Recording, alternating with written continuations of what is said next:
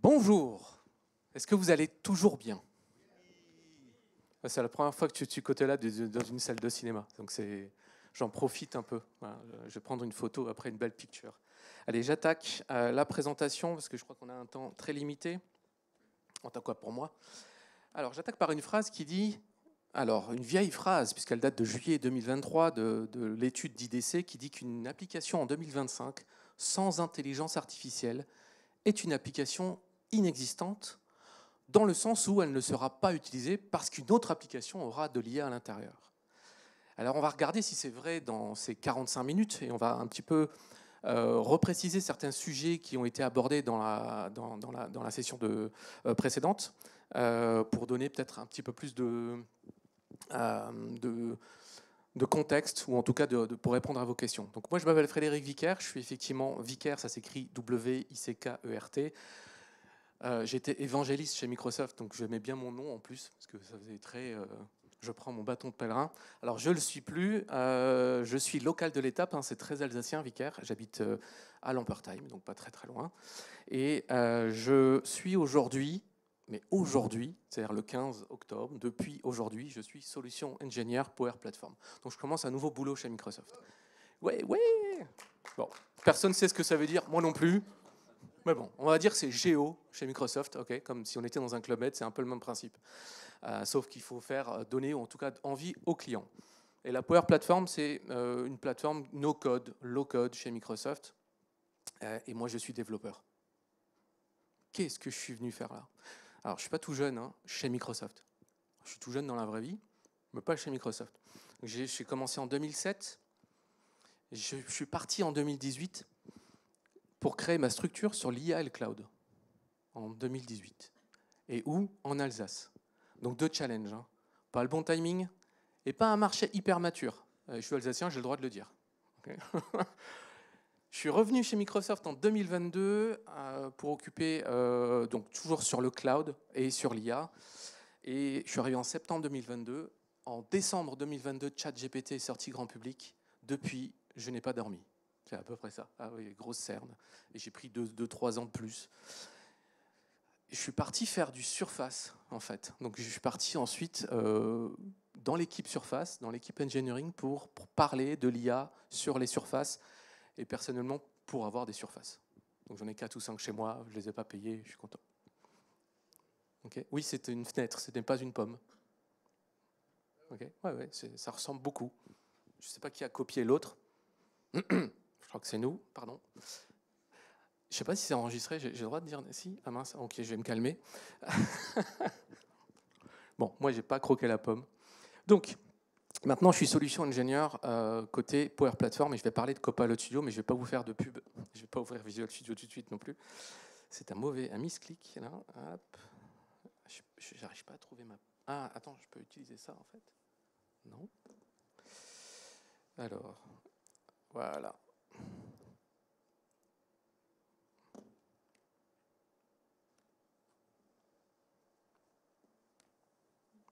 Ah, c'est... Je peux relancer la presse ou ouais. En fait, je ne sais pas sur quel device je suis. Alors, je refais slideshow. Voilà. Tac. Tac. C'est parfait. Ah oui, pardon, j'ai oublié, je suis auteur aussi. D'un livre. Ouh! Non mais allez-y, on le refait. On le refait. Je suis auteur d'un livre.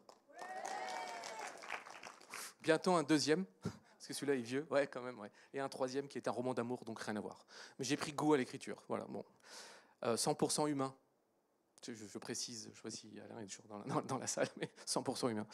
Alors, quand on va parler d'IA, où en sont les dirigeants aujourd'hui? Donc nous, on travaille avec énormément de clients, je travaille essentiellement avec des grands groupes, mais il y a plusieurs études qui disent par exemple que 87% des organisations pensent que l'IA leur donnera un avantage concurrentiel. Ça, c'est hyper important. Je travaille donc dans une petite boîte, hein, Microsoft, et on sait aujourd'hui que n'importe quelle petite start-up peut venir nous concurrencer. Et moi, je trouve ça génial. Enfin, pas parce que je veux être virer du tout, mais je trouve ça génial parce que c'est challenging. Donc on est obligé de se remettre en question tout le temps. Mais ça veut dire que c'est aussi le cas pour vous. Et pourquoi? Grâce à l'IA, forcément, pour cet avantage concurrentiel. 65% des dirigeants français considèrent que l'IA générative comme une priorité pour leurs investissements. Et puis le dernier, on oublie parce que c'est interne. On s'est fait plaisir. 70% qui utilisent Office 365 se disent plus productifs. Enfin, ouais. Ok, celui-là, je le passe. Et donc, avant de parler des agents, je voulais parler de certains paradigmes. Parce qu'on a parlé de beaucoup comment ça marche, l'IA, comment je l'intègre dans mon entreprise, mais pourquoi on a besoin d'IA aujourd'hui? Tout à l'heure, je crois que pratiquement l'une des phrases de conclusion, c'était le numérique a toujours promis, ou l'informatique a toujours promis qu'on irait plus vite, on aurait plus de temps pour nous, et au final, il y a énormément de métiers autour de l'informatique. L'informatique, quand ça marche pas, donc souvent, c'est énervant, et quand ça marche bien, ça l'est pas, mais c'est pas souvent. Savez-vous suivez? C'est un peu le discours de Bilbo, là, quasi, mais... Bon. Donc, on va parler de paradigme, mais surtout de pourquoi on a besoin d'IA. Donc, la première chose, c'est les interactions. Quand moi je vous parle, quand les humains se parlent, on utilise la voix, on utilise l'image, l'audio et le langage. Jusque-là, tout le monde est OK? Et puis d'un coup, on nous dit, maintenant tu vas utiliser un ordinateur. Tu prends un clavier et une souris. J'ai un certain âge, ou un âge certain, comme vous voulez. J'ai eu la chance de former certains vieux développeurs qui ne connaissaient pas la souris, dans une petite banque locale. Okay, vous voyez, qui était sur COBOL, pour ceux qui sont peut-être un peu techniques. C'était très drôle de leur expliquer qu'on pouvait utiliser des clics sur des boutons avec la souris. Et ça, donc vous voyez que j'ai un âge certain. Donc c'est pas très naturel d'utiliser la souris, c'est pas très naturel d'utiliser un clavier. Et c'est pour ça qu'on a inventé des interfaces graphiques qui nous permettent de faire des cases à cocher, des listes déroulantes, et tout ce qu'on peut faire avec un clavier et une souris. S'il n'y avait pas de clavier souris, si on était vraiment en langage naturel dès le début, on n'aurait pas d'interface graphique telle qu'on les a. On aurait des interfaces de type Jarvis pour pas citer Marvel, mais enfin si, pour le citer justement. Donc Jarvis dans Iron Man, ou on aurait dans Her, pour ceux qui préfèrent un roman plutôt romantique ou un film plutôt romantique. C'est pas le cas. Ensuite, il y a eu le mobile, il faut faire évoluer, donc le tactile. Mais c'est pas naturel non plus. Enfin, sur un écran. Je sais que... Enfin, j'imagine mal des humains qui ont tout de suite commencé à interagir par le tactile. D'abord, on parle, généralement, avant. Mais le tactile, c'est pas naturel non plus. Ce qui est naturel, c'est ce qu'on fait là, c'est la voix, c'est l'image, et puis donc ce fameux langage. Et donc là, on a déjà un paradigme. Donc on veut fluidifier les échanges avec l'informatique, parce qu'on a vu que c'était compliqué, ou en tout cas on l'a dit, mais on a des interactions qui sont différentes. Et puis le type de données qu'on traite est totalement différent aussi. On a vu tout à l'heure, en début, vers 14h, tout un projet sur la data, parce que la data, c'est complexe, parce qu'il faut partir d'un environnement non structuré qui est le nôtre, humain, texte, image, audio, etc., en données structurées pour les machines. C'est-à-dire que même un texte dans un PDF, ce n'est pas structuré. Une phrase, sujet, complément, verbe, ce n'est pas structuré pour l'informatique et pour les ados. Il y a des ados peut-être dans la salle. J'assume, j'en ai deux, donc ça va. Donc des fois, sujet, verbe, complément, ça se mélange un peu. Quand il y a un verbe et un complément. Vous êtes d'accord avec moi? Ouais. Oui, on connaît bien. Donc ça, c'est le type de données qui n'est pas structuré non plus. Quand on fait de l'informatique, il est structuré, et quand on est humain, il ne le fait pas. Et c'est là que l'intelligence artificielle peut nous aider. Ce n'est pas une fin en soi, c'est qu'on est obligé d'utiliser de l'intelligence artificielle pour combler ces deux éléments-là, le langage naturel et les données non structurées pour l'informatique. C'est-à-dire pour nous, c'est du texte, c'est de l'image, on l'a vu avant, de la musique, c'est de la vidéo, des phrases, etc. Et pourquoi on le fait avec de l'IA? Je n'ai pas les mêmes animations ici. Alors j'ai mis pour tout le monde parce que mon livre s'appelle « Tout le monde peut avoir la chance de comprendre l'intelligence artificielle ». C'est juste, voilà. Mais c'est vraiment l'IA pour tout le monde. Donc pour tout le monde, souvent on me challenge sur « Ouais, moi dans mon métier, j'ai pas besoin d'intelligence artificielle. Je suis technicien de maintenance, je suis femme de ménage, je suis plombier, j'ai pas besoin d'IA. » Eh ben, je suis pas d'accord. Un plombier a de l'administratif à faire. Si je suis libéral, j'ai de l'administratif à faire, donc je vais avoir besoin de l'IA. Et si je suis en train de cuisiner et que je vais changer ma musique, avec les mains sales, je ne vais pas aller sur la platine pour le faire. Oui, platine, c'est un vieux mot, je sais. On va demander à un truc à la maison qui ne comprend pas la moitié de ce qu'on lui dit. Je dis un truc à la maison parce qu'à la maison, on n'a pas le droit de dire le mot, parce que sinon, elle se réveille. Si je dis Alexa, oui, là, je peux le faire. Okay, ça marche. Mais si je dis Hey, Copilot, bah là, ça ne marche pas. D'accord. Normalement, il devrait... Bon, okay. Ça me rappelle les faits. Ouais, c'est ça. Mais alors, du coup, je teste, puisque du coup, je pense que ça ne va pas marcher du tout avec le micro après, donc tant pis. Donc, on va le faire autrement, dans la démo tout à l'heure. Je pense qu'avec le micro là, etc., ça ne peut pas fonctionner.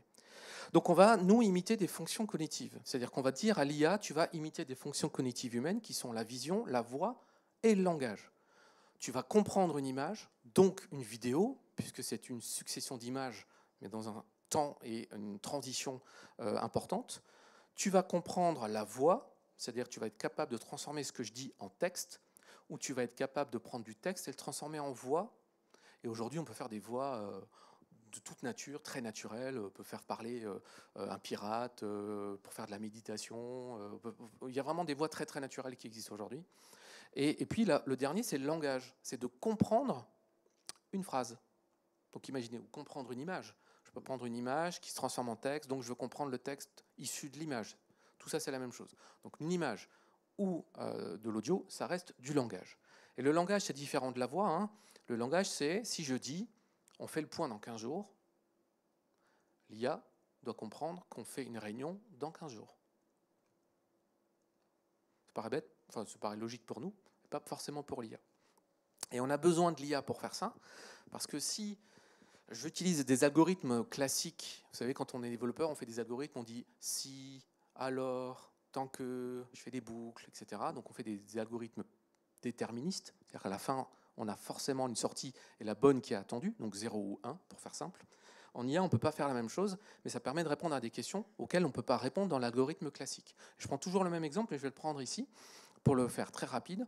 Si je vous demande d'écrire un algorithme pour reconnaître un visage sur une photo, c'est-à-dire juste qu'il y a un visage, hein, d'humain, on parlait de prompt naïf, je vais être très précis, je veux que tu détournes un visage d'humain sur la photo, la question, pour nous humains, hein, c'est quoi un visage d'humain? Est-ce qu'il faut voir les oreilles? Est-ce qu'il faut des cheveux? On ne pourrait pas dire oui, hein, parce qu'il faut 2 yeux. Sinon, vous enlevez des... Voilà, parce que c'est les lunettes de soleil, par exemple. Est-ce qu'il faut déjà des yeux? Donc, c'est assez simple pour nous de repérer sur une photo un visage. C'est pas si simple de donner la définition d'un visage humain. Donc, imaginez maintenant, dans notre monde, où il y a 2 personnes sur la photo, et je vous dis d'entourer l'homme d'une certaine couleur et la femme d'une autre couleur. Oubliez tous les... Ok, binaire, pas binaire, machin. C'est quoi la différence entre le visage d'un homme et le visage d'une femme? On sait reconnaître un homme et une femme. Bon, qui s'est déjà trompé? Ok. C'est ok. Il y en a qui ne l'assument pas. Hein. Parce qu'il y en a plein, à mon avis, qui sont trompés, ils n'ont pas levé la main. Par contre, on n'accepte pas qu'une IA se trompe. Hein. Ça, par contre, non, surtout pas. Donc, c'est facile pour nous de faire la différence entre un visage féminin et un visage masculin. C'est difficile pour nous de le définir. Qu'est-ce qui fait la différence? Souvent on me dit la barbe ou le maquillage ou autre. Non, ça ne marche pas, parce qu'on a plein de cas où il y a des hommes pas barbus et il y a des hommes maquillés et puis il y a des femmes pas maquillées. Donc c'est très difficile de... oui, les yeux, rien que pour sortir au cinéma, l'eyeliner ou le crayon, ça peut bien marcher. Et c'est là qu'on a besoin de l'IA pour le faire, parce que l'IA, elle va être entraînée sur comment reconnaître des visages sur une photo, pas de définir ce que c'est un visage, mais comment reconnaître un visage. Donc nous, humains, on va lui donner plein de photos où on va dire ça c'est un visage, ça c'est un visage, ça c'est un visage, ça c'est un visage. On va l'entourer. C'est ce qu'on appelle labelliser les données. Et là, c'est l'humain qui le fait. Et on entraîne ensuite une IA pour comprendre, du coup, à reconnaître un visage. Mais ce n'est pas la peine de demander à l'IA définir ce que c'est un visage. Elle ne sait pas non plus. Elle sait juste le reconnaître. Comme nous. Ouais? Ça fait peur, hein? Donc souvent, quand on dit oui, la boîte noire, nous, on veut qu'on nous explique l'algorithme. Moi, quand on me dit ça, je dis allez expliquer d'abord Parcoursup et on verra après. Donc là, j'ai le temps de voir. Le papa qui a des ados. Ok, donc l'IA générative, tout à l'heure, on nous a dit, il n'y a pas que l'IA générative. Et attention, quand vous voyez IAG, le G est associé soit à générative, soit à général. Et c'est absolument pas la même chose. Donc attention à ça. Donc moi je dis IA ou intelligence artificielle générative, donc qui génère quelque chose. En vrai, toutes les IA génèrent une sortie. Hein. Okay, donc on va voir juste ce que ça veut dire à l'inverse. Alors les autres IA, ce sont les IA qui font plus des prédictions de température, des prédictions de chiffres, des prédictions de combien de personnes vont arriver à l'accueil, des prédictions ou de la catégorisation. Donc c'est des IA aussi probabilistiques, mais bien centrées sur de la donnée, sur des volumes de données très petits.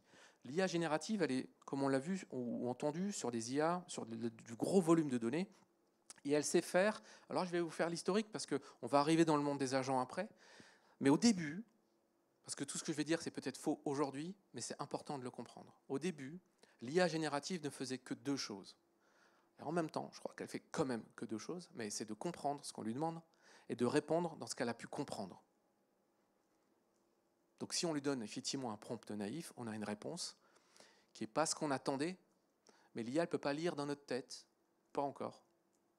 C'est pas une annonce, hein. Pas d'annonce du tout, même si Elon Musk il fait des trucs bizarres. Elle ne peut pas lire dans notre tête, donc elle ne peut pas induire des choses qu'on ne lui a pas dites. Okay, à moins de lui donner ce rôle-là. Et elle va faire des trucs totalement au hasard. Et un jour, elle va tomber juste. Donc elle comprend et elle répond, point.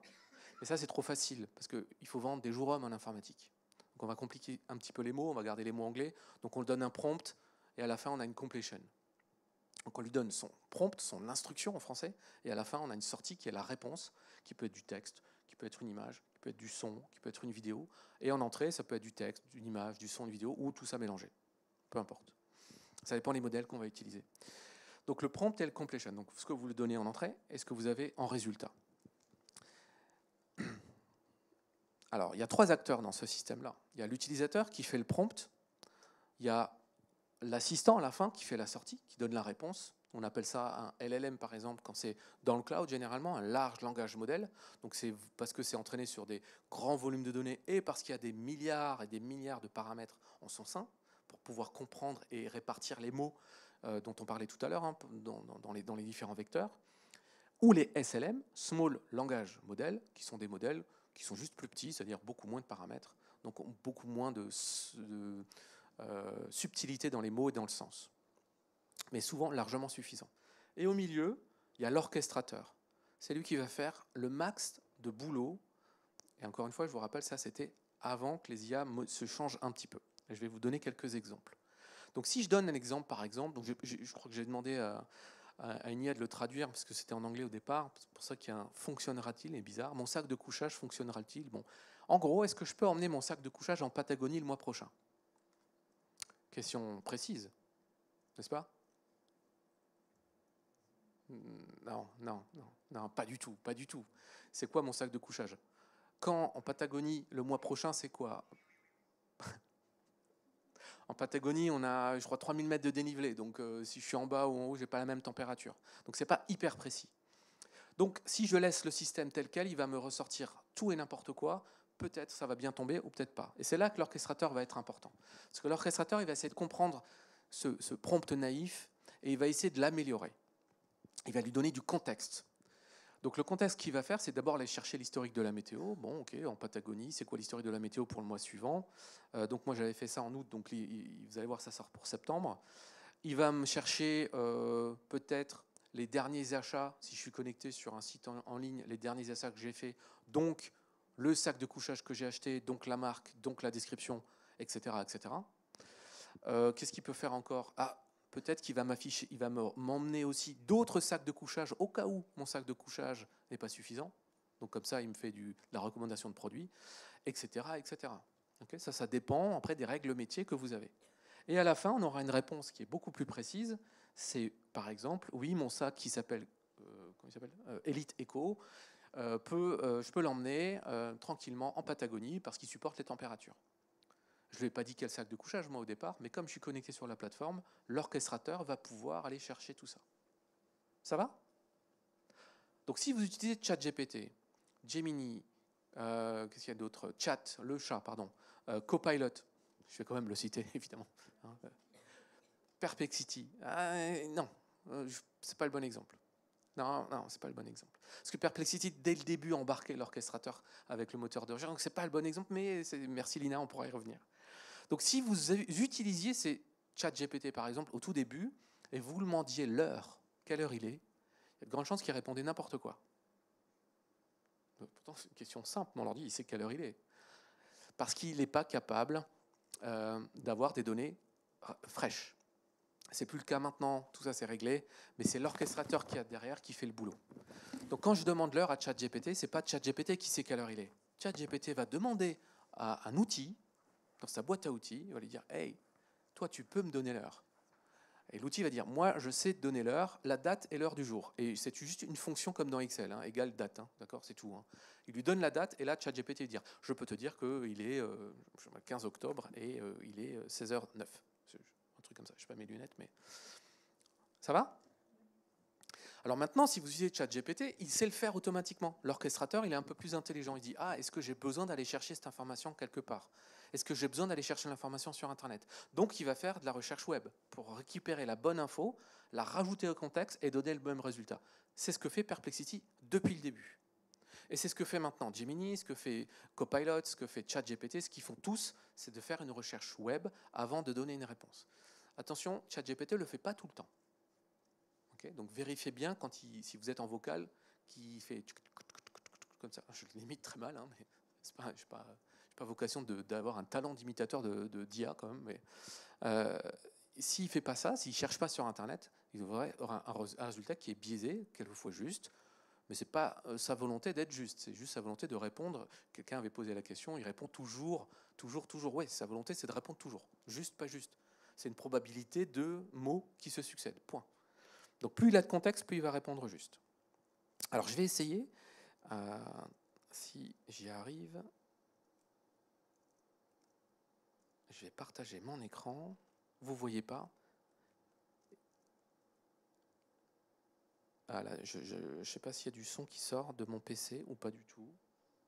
Pas du tout. Bon. Donc je ne peux pas faire la démo, mais j'ai activé Copilot qui voit ce que j'ai sur mon écran et qui est capable, là je l'ai mis dans un contexte, qui est capable de pitcher ma slide et de rajouter des trucs. Voilà. Moi, je m'en doutais qu'on ne pourrait pas le faire, donc c'est pas grave.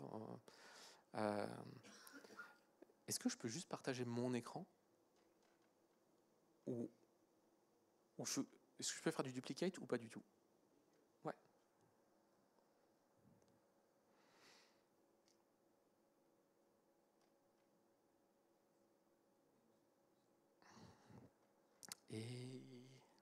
Et non, en fait. Ouais, juste le même écran pour qu'on ait, si tu veux.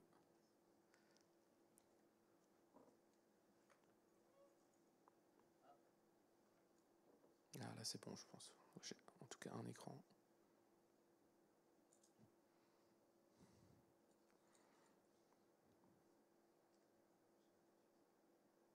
Parfait.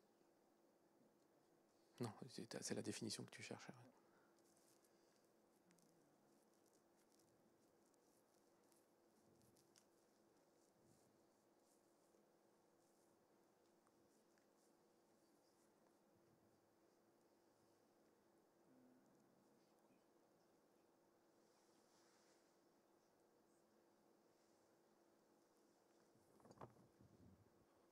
Il faut que je raconte une petite blague là pendant ce temps-là ou... Non, mais tant pis, non, on va pas trop insister, c'est pas grave. Sandrine, une petite blague? Voilà. Mais comme tu proposais d'en raconter une.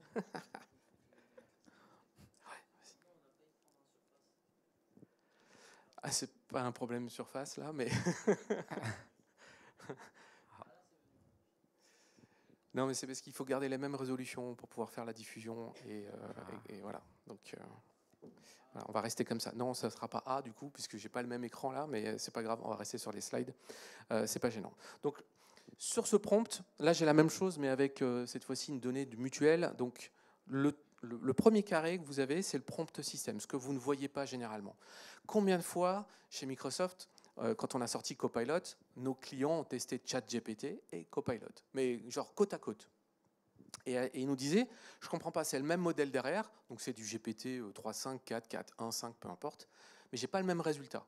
Oui, c'est parce que notre prompt système n'est pas du tout le même. Donc moi, si je demande un Mario dans les vidéos, je ne l'ai pas. Même si je demande un plombier célèbre. J'aime bien cette... OK. Pourquoi? Parce que nous, on a des garde-fous, on appelle ça du content safety, qui est capable d'aller comprendre la demande et de la refuser si ce qui est généré est soumis à droit d'auteur. Par exemple, si je lui demande de reprendre des lyrics d'une chanson, s'il commence et qu'il s'aperçoit ensuite qu'il y a des droits d'auteur sur cette chanson-là, il annule la sortie et il va me dire je ne peux pas parce qu'il y a des droits d'auteur. Okay. Donc c'est pour ça qu'on a des différences. Même si on a de moins en moins, on a quand même un content safety et un prompt system qui est quand même pas piqué des verres, comme une vieille expression, mais qui est quand même assez volumineux. Ça, c'est ma question en tant qu'utilisateur. Et l'orchestrateur, où maintenant certains modèles sont capables d'aller chercher de l'information dans ma base de données d'entreprise. Donc là, si je veux chercher de l'information sur ma mutuelle, par exemple, j'ai un outil qui va aller chercher ça dans ma base de données de recherche de sens sémantique, vectoriel, on peut l'appeler comme on veut, et récupérer tout ça. Et ça devient le prompt pour le LLM. Le LLM, il est bête et méchant. Il a un prompt en entrée, un prompt en sortie. Sauf les nouveaux qui font du raisonnement, et on en parlera. Et à la sortie, j'ai une bonne réponse. Et donc cette IA, je peux l'utiliser n'importe où. Et vous avez bien compris que tout est une affaire donc de contexte. J'avais beaucoup aimé, j'avais même sorti un article sur le RAG, la Retrieval Augmented Generation. Ça ne veut rien dire, même si on le traduit en français. Ce n'est pas du tout ce que ça fait. Ça n'augmente pas la génération, ça augmente le contexte. Donc on peut l'appeler RAC ou RAP pour prompt, mais ça augmente le contexte, c'est tout. Donc une IA a besoin de max de contexte. Donc c'est pour ça que quand on va l'utiliser, en fonction de l'endroit où on l'utilise, elle n'a pas le même contexte. Si je l'utilise de manière intégrée dans une application, par exemple, moi je suis développeur, je vais ouvrir mon outil pour créer du code, ou si j'écris, je vais ouvrir Word, ou je vais faire une presse, je prends PowerPoint. J'utilise ces outils-là, moi, bizarrement. Hein, mais voilà. À ce moment-là, à l'intérieur, par exemple, de mon Visual Studio ou mon VS Code, j'ai une IA dans mon code qui me permet de vérifier si ce que j'ai écrit c'est correct, de générer un test unitaire. Si je suis dans Word, je peux lui dire reformule ça autrement, ou traduis ça dans une autre langue, ou extrais-moi les différents points importants de ce paragraphe, ou résume-moi tout le texte, etc. Donc le contexte, c'est le document, si je suis dans Word, ou la présentation, si je suis dans PowerPoint, dans laquelle je suis, voire le paragraphe. À côté de l'application, c'est donc toute l'appli. Si je suis dans Word, c'est le contexte, c'est l'application Word. Si je suis dans Visual Studio, par exemple, c'est mon Visual Studio avec tous les onglets ouverts, donc tout le code qui est ouvert. Si je suis sur un site web ou un navigateur web, c'est le site sur lequel je suis. OK ? Ça va ? Et puis enfin, le plus immersif, c'est je suis nulle part, j'ouvre un Copilot ou un chat GPT et je vais lui demander d'aller chercher des informations partout dans mon système. Dans mes mails, dans mes chats, dans mes rendez-vous, dans les meetings internes ou externes, dans mes OneDrive, dans mes SharePoint, dans ma CRM Salesforce, je peux en citer d'autres, hein, dans mon SAP, peu importe, okay, dans tout mon système. Et je lui dis, va chercher l'information partout et fais le boulot. Donc ça, c'est une autre manière de l'utiliser. Donc nous, on a brandé ça et ça s'appelle Copilot. Et c'est globalement le seul slide de pub que je mets. Et ce Copilot me donne accès à un monde d'agents. Donc il faut bien comprendre que si je prends du Gemini, ça va me donner aussi accès à un monde d'agents. Si je prends le chat, ça va me donner aussi un monde d'agents. Et souvent, on appelle ça, on peut confondre agent, outil, assistant, et il y a plein de mots différents. Et ce n'est pas la même chose. Donc on va justement faire un petit drill down sur ce monde d'agents. Aujourd'hui, je n'utilise plus l'IA de la même manière qu'il y a 6 mois. Ça va vite, hein. Donc 1 an, 2 ans. Donc je donne un prompt, j'ai une réponse. J'utilise encore pas mal. Donc aujourd'hui, j'ai commencé un nouveau job, j'ai préparé plein d'entretiens. Donc pour préparer mes entretiens internes, je vais donner mon CV, qui est un CV, mais alors avec une tête plutôt graphiste. Hein, c'est pas du tout un CV classique. Donc il passe pas trop dans les outils classiques de RH. Je vais donner la description du job, je vais donner le lien des managers avec qui je vais avoir une interview, et je lui dis, prépare-moi mon interview. Qu'est-ce que je dois leur raconter? Qu'est-ce qu'ils vont me poser comme type de questions? Qu'est-ce qu'ils aiment? Vous savez, le icebreaker en début. Voilà. Ah, j'ai vu que tu faisais de la course, moi pas du tout.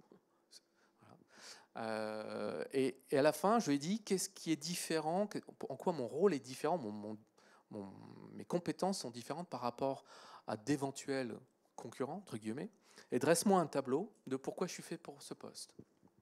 Je peux dire qu'aux interviews, j'étais bien. Hein. J'avais tout, je faisais mon pitch, j'avais les questions bien préparées. Vous savez, il faut toujours répondre à une question. Donc ça m'a beaucoup aidé. Et là, j'ai utilisé des agents pour le faire. Et donc ces agents, comment ils fonctionnent? Il y a toujours 3 acteurs. Toujours celui qui fait le prompt, quelque chose au milieu, et puis la réponse. En fait, ça va être beaucoup plus simple. L'entrée, c'est l'utilisateur qui l'a fait. Au milieu, l'orchestrateur, et c'est l'agent, et après, on a une sortie. Donc tout est encapsulé maintenant dans ce mot « agent ». Alors qu'avant, on avait le mot orchestrateur, RAG, etc. Et l'agent, il fait tout ça. Donc il fait quoi, cet agent? Il fait en entrée. Donc ça, c'est soit moi, en tant qu'utilisateur, j'initie une entrée à un agent. Je lui dis, j'aimerais que tu me donnes, résume-moi un texte, génère-moi un plan. Je suis dans une phase de créativité, je suis dans la phase de définition des besoins ou dans la phase de définition des problématiques. Voilà, tous les post-it qu'on a pris en photo sur le grand tableau, génère-moi quelque chose. Donc des prompts de ce genre-là, on peut le faire. Soit c'est un événement système. Il y a quelque chose qui est arrivé sur le système. C'est l'heure. Je sais pas, j'ai un problème sur ma machine et ça déclenche quelque chose. C'est une alerte dans une CRM postée par un sales, par exemple, sur une opti, etc. Ou j'ai un j'ai un message d'un autre agent. Donc ça, c'est important aussi. Donc c'est soit l'humain ou le système ou un autre agent qui va initier le processus. Et ensuite, il y a l'agent qui va se lancer. Donc l'agent, il a besoin d'un LLM, donc d'un modèle d'IA génératif derrière pour pouvoir comprendre et ensuite répondre. Il a besoin d'une instruction, c'est-à-dire qu'on va lui donner un rôle. Toi, mon agent, tu es l'expert comptable à ce moment-là, hein, pas de la société, mais à ce moment-là. Ou alors, vous avez vu dans les 5 ou 6 phases de créativité de tout à l'heure, on a la phase d'emphase, on a la phase de définition, on a la phase de test, de prototype, de test, etc. Donc je peux lui dire que pour chaque phase, j'ai un agent expert de chaque phase, et je peux lui donner des outils qui vont être soit, voilà la doc que tu peux utiliser pour t'inspirer, on avait un exemple sympa, moi j'aime bien avant, voilà un document que j'ai écrit pour que tu aies ma manière d'écrire, ma manière de parler. Prends tous les mails que j'ai ou tous les chats qui parlent de ce sujet dans Teams par exemple ou dans autre chose. Et donc ça, c'est les outils en dessous. Donc les outils vont nous permettre de donner à l'agent de la connaissance, sans qu'on lui donne explicitement, ça peut être un moteur de recherche, des actions, mets-moi des éléments dans ma to-do list, envoie-moi un mail, génère une opportunité, déclenche quelque chose, etc. Et de la mémoire, puisqu'il a besoin aussi de retrouver de l'information. Donc si, entre 2 conversations avec le même agent, je lui parle de 2 sujets qui sont quasi identiques, il est capable de retrouver. Je vais prendre un exemple bête, parce que dans Teams, je ne sais pas qui utilise Teams ou n'importe quel outil de chat hein, dans l'entreprise, il y a un moment donné, vous recevez qui vient manger. Ok. Ouais. Donc, qui vient manger, si j'ai l'agent facilitateur intégré dans cette conversation, il peut tout de suite directement comprendre et afficher le menu de la cantine. Okay. Et si moi, à ce moment-là, je dis « ouais, je viens avec », mon agent facilitateur il va me dire « non », parce que je te rappelle que tu es allergique au gluten et que là, il n'y a que des repas avec du gluten. Et comment il sait que je suis allergique au gluten? Parce que dans une conversation avec un autre collègue, je lui dis « là, en fait, moi, j'ai de l'allergie au gluten ». Ça, c'est la mémoire. Okay. C'est pas un truc science-fiction, c'est vraiment intégré dans Teams, si vous l'activez, bien sûr. C'est pas actif par défaut.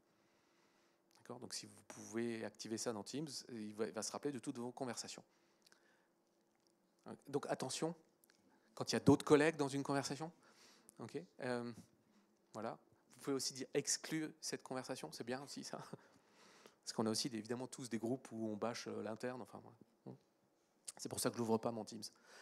Et à la sortie, on a des messages qui sortent, donc soit le résultat pour l'utilisateur, soit un message pour un autre agent. Et on fait la boucle qui peut être, donc la sortie ici peut être l'entrée pour l'agent suivant, et ainsi de suite. Et là, on se crée un monde d'agents. Donc, vous voyez un monde d'agents comme des systèmes. Alors, j'aime pas ce terme, je ne veux pas dire système expert parce que c'est un vieux sous-ensemble de l'IA, mais ce sont des agents experts d'un domaine qui vont avoir en entrée de l'information et en sortie un résultat. Point. Okay. Et entre les deux, ils utilisent des outils. Donc il raisonne, parce qu'il comprend ce qu'on va lui dire. Il agit, parce qu'il est capable de faire des actions, ce qui est assez récent finalement. et dans l'entreprise et pas que pour le particulier.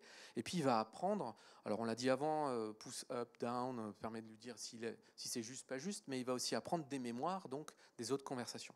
Et si on revient sur ces principes-là, donc raisonner, là je vous ai mis à chaque fois des conversations où chaque élément est actif, c'est-à-dire dans la première conversation où je lui dis crée-moi un fichier en format JSON, je lui donne un transcript d'une conversation audio qui a été transformée en texte par exemple, et il va me générer ici une capture ou un JSON qui est relatif, imaginez c'était quelqu'un qui appelait le support pour réparer quelque chose, qui est relatif à cette description-là. Donc ça peut être, je veux avoir l'analyse de sentiments, donne-moi le nom, prénom, et je veux donner la structure du fichier structuré que je veux, etc.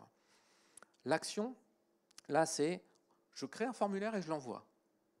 Aujourd'hui on a des outils, vous savez, comme dans Google Forms, chez Microsoft, ça s'appelle Microsoft Forms, on est tellement créatifs tous, hein, truc pour faire un formulaire, appelle le Forms. Ouais.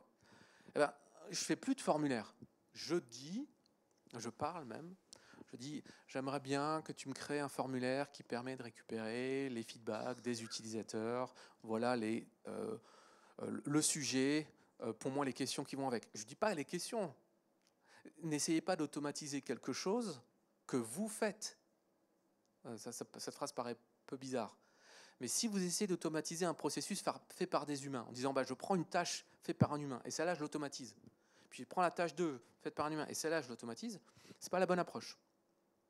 La bonne approche, c'est de dire voilà ce que j'ai en entrée, voilà ce que j'aimerais en résultat. Débrouille-toi. Et peut-être qu'on tombera sur les mêmes process que l'humain, et peut-être pas.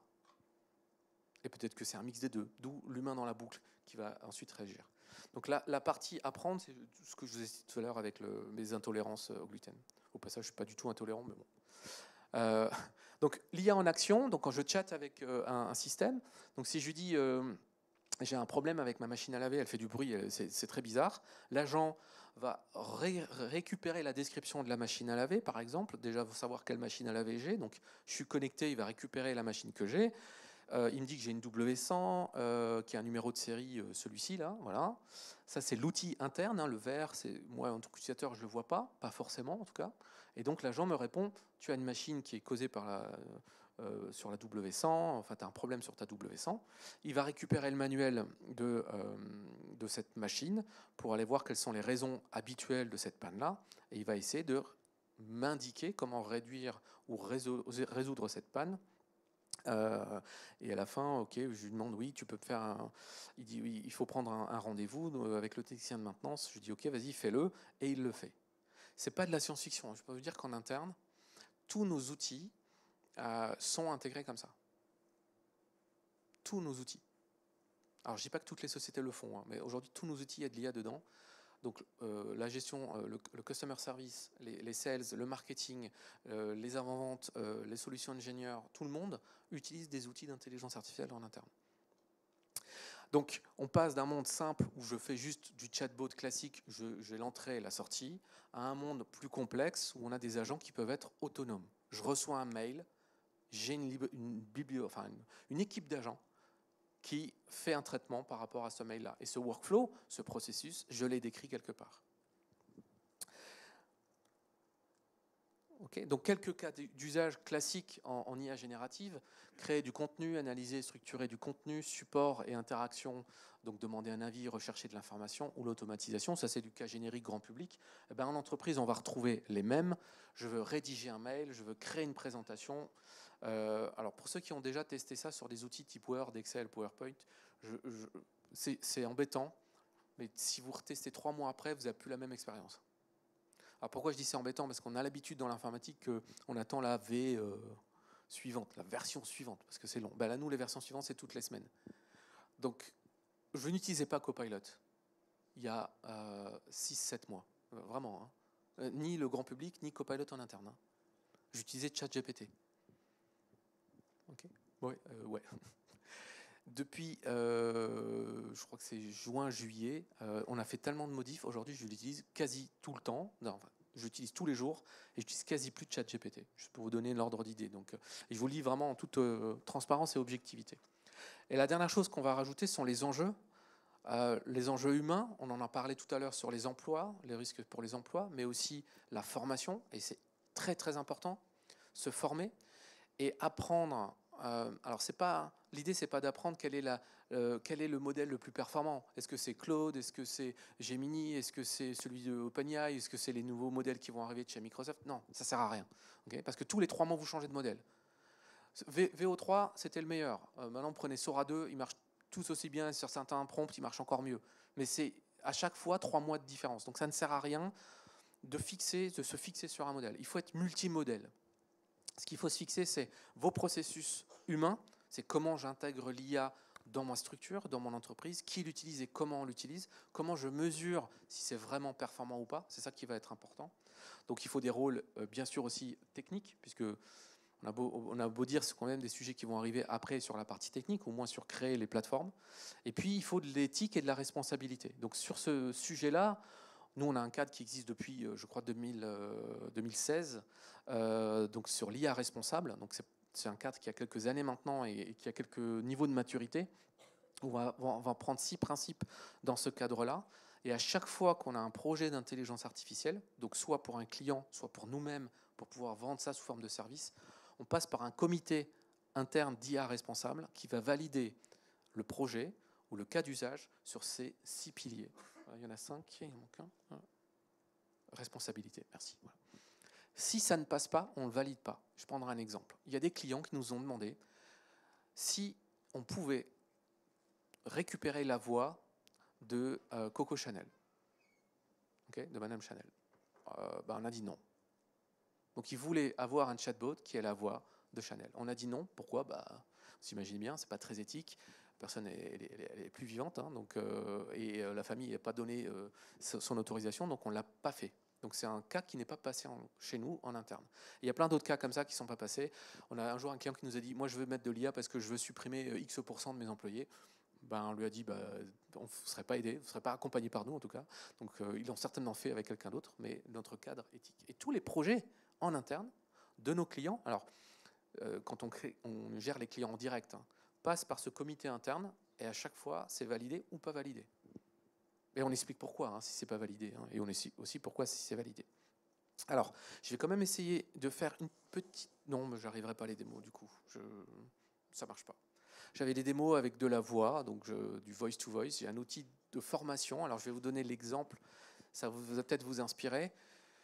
On parlait de formation. Il faut toujours se former tout le temps. Tous nos clients ont besoin de se former. On a besoin de se former.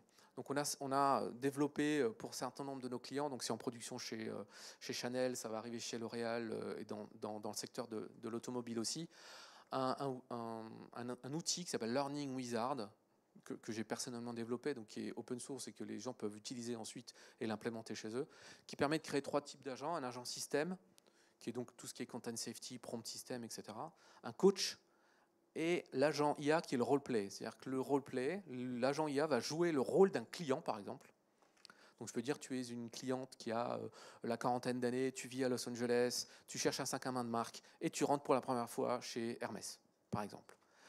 Et ensuite, moi, en tant que vendeur Hermès, en tant que beauty advisor, si on peut l'appeler comme ça, ou fashion advisor chez Hermès, je vais m'entraîner à discuter avec cette IA, avec cette personne, en voice to voice, vraiment en voix à voix, pour améliorer ma cérémonie de vente. Et à la fin, j'ai le coach qui me dit voilà ce que tu as bien fait, voilà ce que tu peux améliorer. Nos formations internes sont comme ça aujourd'hui. Ça fait bizarre, hein, parler à une IA, parler à la caméra, c'était déjà un passage, mais ça va. Mais parler à une IA, c'est très très curieux. Il y a moyen de biaiser à chaque fois, mais c'est très curieux. Le coach vous aide, et ensuite on refait une session, et le coach vous dit si vous êtes amélioré, pas amélioré, etc. Ça va jusque sur la diction, ou les mots utilisés, ou le nombre de ou d'hésitations que vous faites dans la conversation. Donc ça peut aller jusque-là. Mais ça, je peux le mettre à toutes les sauces. Je peux dire, je veux que tu sois mon manager à l'IA. Voilà le profil de mon manager. Et je veux que tu m'entraînes à faire le meilleur rendez-vous pour mon plan de carrière, et boum, et vous vous entraînez. Et vous prenez toutes les objections. Vous voulez une augmentation de salaire et vous vous entraînez pour avoir votre augmentation de salaire. Je ne sais pas si ça va marcher, mais ça vous permet de vous entraîner sur le discours. Donc c'est des agents que vous créez et juste avec vos instructions qui vous permettent vraiment après de vous entraîner, de vous améliorer. Vous pouvez le faire avec ChatGPT, vous pouvez le faire avec Copilot. Moi j'avais fait un outil d'entreprise pour tout ce qui est sécurité et gouvernance pour le faire. Mais c'est une idée sur laquelle vous pouvez travailler pour vous entraîner. Vous voulez vous apprendre un peu plus dans une langue, l'espagnol ou l'anglais, prenez n'importe lequel, hein, ChatGPT, Perplexity ou autre, et vous dites voilà, envoie en voice to voice. Bon, ben, j'aimerais que tu m'entraînes à l'anglais et que tu me reprennes si je parle mal ou autre. Attention, l'entrée qui va être envoyée à ChatGPT par exemple, c'est du texte, donc il ne va pas forcément toujours prendre votre prononciation ou votre intonation. Okay, voilà, donc je vais dépasser de 5 minutes ou moins. Merci.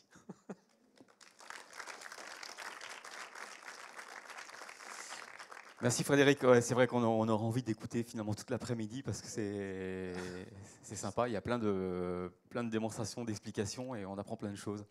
Donc super. Je pense que vous avez tous aussi appris plein d'informations à propos de l'IA.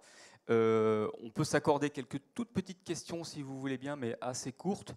Et ce qui nous permet, pendant ce temps-là, d'ailleurs, de gérer une question technique que j'ai commencé à aborder tout à l'heure, mais que je vais y revenir tout de suite. Donc, si vous avez des petites questions rapides, allez. Merci beaucoup. Et du coup, je voulais savoir, par rapport à Copilot, est-ce qu'il y a des solutions qui sont concurrence ou pas? Ah oui, bien sûr. Lesquelles, par exemple? Alors, Perplexity, ChatGPT Enterprise. Non, je parlais plutôt de la solution que vous vouliez montrer, qui, par exemple, est sur le screen de l'ordinateur et qui peut directement interagir avec nous. Oui, je crois que chez Google, il y a une solution aussi de ce type-là. D'ailleurs, on aura tout à l'heure chez quelqu'un de chez Google, mais il me semble que chez Google, il y a aussi le même scénario, c'est-à-dire partager son écran pour qu'il puisse l'interpréter. Okay. Et je crois que c'est à peu près tout ce que je sais. Il doit y en avoir d'autres. Tu l'as intégré dans Edge aujourd'hui, en version bêta, parce que c'est disponible souvent aux États-Unis et, après en France, et en Europe ou pas. Okay. Pour des raisons de Europe IA Act, RGPD, quelquefois il y a des choses qui ne passent pas. Donc, on a certains éléments qui arrivent en Europe, et donc la démo que je voulais vous montrer, oui, c'est de partager mon écran directement avec Copilot et de pouvoir dessiner sur mon écran, lui demander de rédiger une formule mathématique si je prends un agent plutôt mathématique. Et je fais le partage comme ça, comme une session Zoom ou Teams directement, mais avec Copilot. Okay. Et donc tu l'as sur Google et je sais plus qui encore. Et OpenAI aussi. Et du coup, les LLM, ils sont à chaque fois mis à jour. Par exemple, là, il y a la version 5 de ChatGPT sur Copilot. Ou alors, ça prend un certain temps. Alors, sur Copilot grand public, à chaque fois que tu lances un prompt, tu peux choisir quel LLM tu peux utiliser. Donc, aujourd'hui, il y a du GPT-4.1, du GPT-5, du Claude qui arrive. Claude, je crois qu'il n'est pas encore dispo en France, mais il arrive. Sur la version Enterprise, version Pro, donc Microsoft 365 Copilot, quand tu fais ton prompt, tu peux choisir si tu veux le faire avec GPT-5. Et la particularité de GPT-5, c'est qu'il peut soit répondre tout de suite, soit raisonner derrière automatiquement, c'est lui qui fait le routage, soit Claude anthropique. Donc nous, on est aussi multi-LM. Donc c'est pour ça que je disais qu'il faut être multi-LM. Donc on l'est aussi de plus en plus. Donc on a un gros partenariat avec OpenAI, hein, clairement. Mais on a aussi d'autres partenariats avec Mistral, on a un partenariat avec Anthropic et on a nos propres LLM aussi, qui s'appelle MAI pour Microsoft Artificial Intelligence. J'ai une question. Oui. Est-ce que vous pensez qu'un jour, il sera possible de conscientiser l'IA? Ah, j'adore. Je ne sais pas si on a beaucoup de temps, mais il faudrait qu'on définisse ce que c'est la conscience, mais, pour le coup.